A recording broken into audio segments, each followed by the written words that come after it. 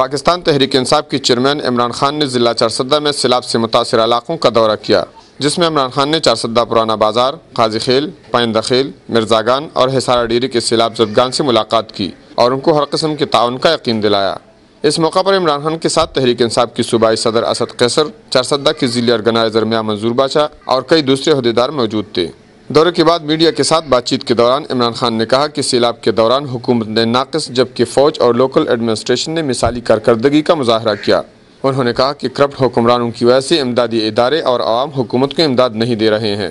انہوں نے کہا کہ موجودہ حکومت کی کارکردگی گزشتہ ڈکٹیٹروں کی حکومت سے بدتر ہے۔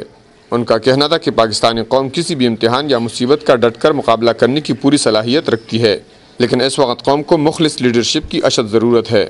انہوں نے متاثرین سیلاب کو یقین دلایا کہ پاکستان تحریک انصاف مصیبت کی اس مشکل گھڑی میں اپنے متاثرین بھائیوں کو اکیلا نہیں چھوڑے گی۔